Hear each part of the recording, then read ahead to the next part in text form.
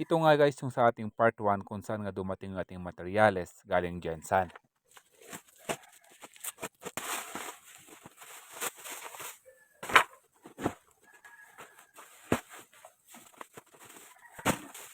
Galing nga pala itong Jensan kay idol natin Nature's Heart. April 17, 2026 nung na-order natin to kay Sir Nature's Heart. At April 24, 2026 naman dumating itong materials dito sa atin sa Baguio. So biruin nyo 7 days talaga ang biyahe. Pagkatapos naman natin tong inunwrap, agad naman natin itong winworkshop.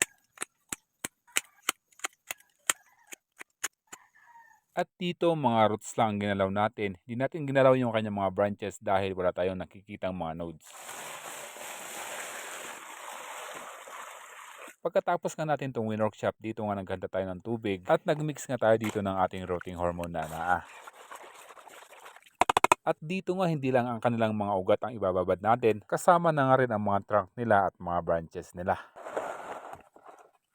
Sa ating part 2 naman, pagkalipas nga ng 24 oras, inahon na nga natin sila sa pagkababad sa ating rooting hormone.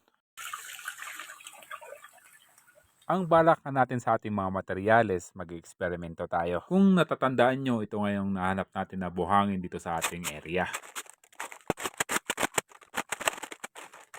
At ang kalahati nga sa ating mga materyales, ito nga ang gagamitin natin kanilang mga medium. Gusto nga lang natin ditong malaman kung malaki ba ang pagkakaiba nila kumpara nga sa mga ibang medium. Dahil marami nga nakapagsabi na magandang gawing medium to para sa ating mga bonsai. At sa kalahati naman ng ating materyales, topsoil naman ang gagamitin natin. Sa mixture naman natin sa ating topsoil, meron nga itong topsoil, black soil at konting fertilizer. Soon kapag nabuhay na nga sila, dito natin malalaman kung maganda ba ang mixture ng ating lupa. Kung malaki ba ang pagkakaiba nila, depende nga sa kapal o nipis ng mga shoots nila. Sa ating part 3, July 7, 2026. Makalipas naman ang 2 months and 7 days. Ito na nga yung ating mga tugas na materyales. Nakakapanood nga tayo sa mga ibang kapwa bonsaiista natin. Sa 1 month pa lang ng mga materyales nila na tulad nito, mahaba ng mga shoots. Kumpara dito sa atin, ganito pa lang sila kaiksi. Napakalaki talaga ang diferensya ng klima dito. Lalong-lalo na nga ang klima sa highlands at lowlands. At kung papansinin natin mga idol, ganyan nga kabagal ang mga tugas dito sa malamig na lugar. Ang kagandahan lang sa mga tugas ng materyales, kayang-kaya ang lamig dito sa Baguio. Tulad nga ng mga ibang materyales dyan na buwan lang tinagal, di na sila magtutuloy. Yun nga lang matagal talaga ang mga tugas dito. Kaya kung papansinin nga natin sa buhangin na gamit natin, ganito na nga sila